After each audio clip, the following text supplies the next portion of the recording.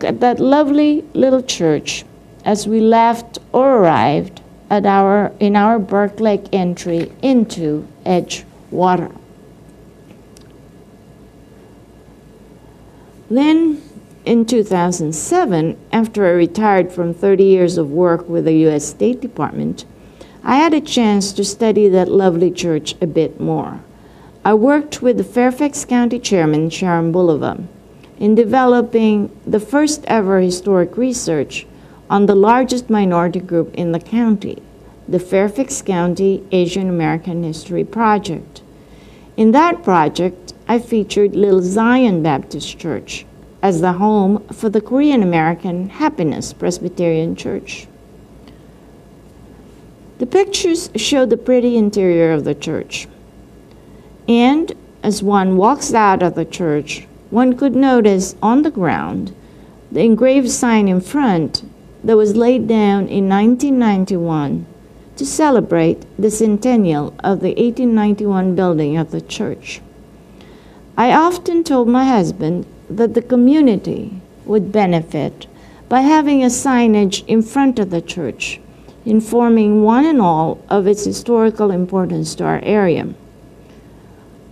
I was inspired by the 2009 historic marker for the Penn Center because many of the early members of the church were members of the Penn community.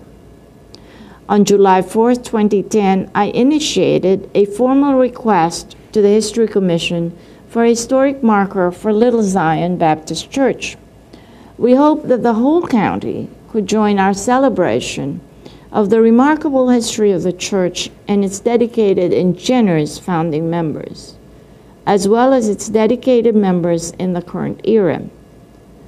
For, as I often say to my husband, if a church could speak, then Little Zion Baptist Church would be a most popular local historian in our county that prides itself on its historical traditions in this special place that George Washington once called home.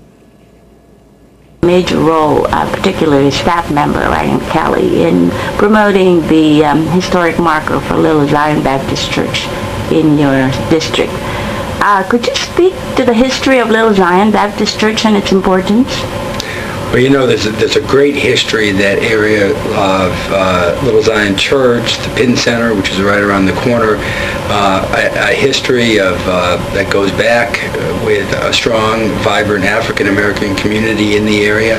And, you know, as we develop Fairfax County, we want to remember our history as well. And there's a lot to remember, there's a lot to learn from, and we want to record those stories. And the importance of the markers is that as people see them, as they stop by, they read them, they are then reminded of the history of where we came from. You know, Fairfax County didn't start in the 1970s. It started a long time before. And so we want to take these opportunities to remember that, to at least put a physical marker in places, and then we'll hopefully, and the real purpose of this is to jog people's interest, and so somebody maybe goes back and says, you know, I'm going to read a little bit more about that. That's a really interesting thing. And even if they don't do that, they've gotten a short message that says, hey, there was something different here at some other point. And boy, this area has evolved, and it has an interesting history. And that, you know, helps us in present day as well, as we continue to try to include people in our community, and part of that is that connection to the past. And so I think there's just a lot of benefits to these markers. And you were interested in making sure that President Lincoln was recognized in February, Black History Month, and the President's Day as well. Perhaps you could speak on that issue. Well,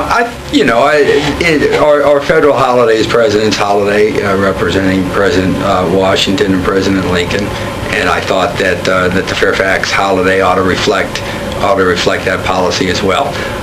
We have a lot of historical figures to recognize that we like to recognize, and of course, President Lincoln was one of our greatest presidents. Some people would say our greatest president.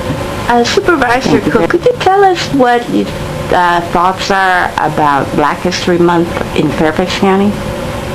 Well, I think it's a great opportunity to study history. You know, we all benefit from studying history, from hopefully learning from history.